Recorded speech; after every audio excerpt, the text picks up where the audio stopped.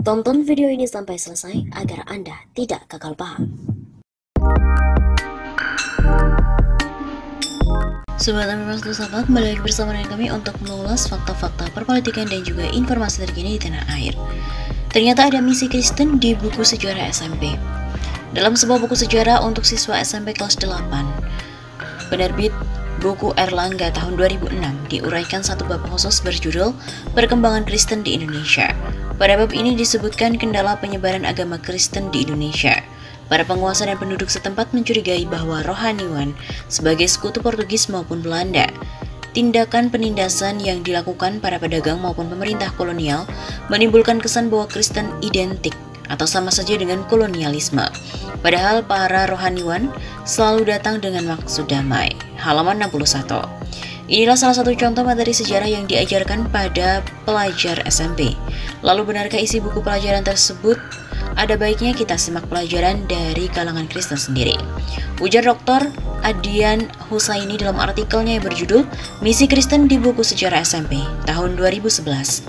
Menurutnya pada tahun 2010 Sekolah Tinggi Teologi Jakarta bekerja sama dengan Pusat Studi Sejarah dan Ilmu-Ilmu Sosial Universitas Negeri Medan, École Française d'Extrême Orient, dan Yayasan Pustaka Obor Indonesia menerbitkan sebuah buku berjudul Utusan Damai di Kemelut Perang, Peran dari Zending dalam Perang Toba.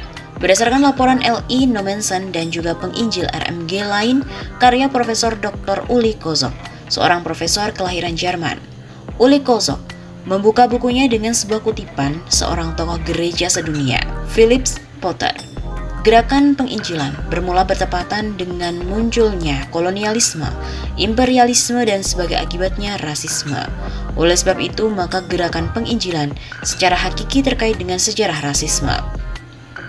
Berdasarkan dokumen-dokumen di lembaga misi di Jerman yang mengirimkan Nommensen ke Tanah Batak, yaitu Rheinische Missionsgesellschaft atau RMG, Uli Kozok menemukan fakta pengakuan Ludwig Ingwer atau L.I. Nommensen, tokoh misionaris Jerman di Tanah Batak, bahwa dia bergabung dengan pasukan Belanda untuk melawan gerakan perlawanan para pahlawan Batak yang dipimpin oleh Singa Mangaraja 12. Laporan Berichte atau BRMG menunjukkan para penginjil justru bersekutu dengan tentara penjajah dalam menumpas perlawanan Singa Mangaraja 12. Lebih jauh, Profesor Kozok juga mencatat, pemerintah Belanda akhirnya mengabulkan permintaan Nommensen, sehingga terbentuk koalisi Injil dan pedang yang sangat sukses karena kedua belah pihak memiliki musuh yang sama.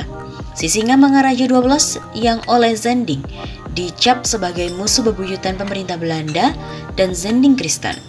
Bersama-sama mereka berangkat untuk mematahkan perjuangan Singa Mangaraja. Pihak pemerintah dibekali dengan persenjataan, organisasi, dan ilmu pengetahuan peperangan modern. Sementara pihak Zending dibekali dengan pengetahuan adat istiadat dan juga bahasa.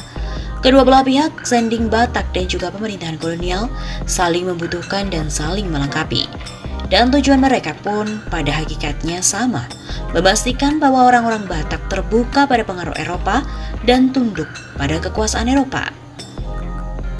BRMG 1882, halaman 92. Selain surat penghargaan, para misionaris juga mendapatkan hadiah sebesar 1.000 gulden dari pemerintah kolonial yang dapat diambil setiap saat. Kerjasama antara misionaris Kristen dan penjajah Belanda berlangsung sampai pahlawan Singa Mangaraja 12 tewas dalam pertempuran di tahun 1907. Dukungan kaum misionaris kepada pemerintah penjajah juga dimaksudkan untuk mencegah masuknya Islam ke Tanah Batak. Menurut catatan sejarah, kerjasama misionaris Kristen Batak dengan penjajah Belanda diakui dengan bangga oleh para misionaris Batak. Belanda juga mempersenjatai kaum Kristen Batak dengan 50 bedil, sebab jika seorang Batak menjadi Muslim, mereka tidak mungkin setia kepada pemerintah penjajah. BRMG 1878 mencatatkan betapa orang Batak Kristen dapat diandalkan tampak jelas sekarang. Sebagai orang Islam, orang Batak tak akan mungkin menjadi rakyat yang patuh pada Belanda. Memang benar, orang Silindung yang Kristen adalah teman setia Batak. Mereka dari Belanda dan pasukan bantuan mereka berperang bersama dengan pasukan Belanda.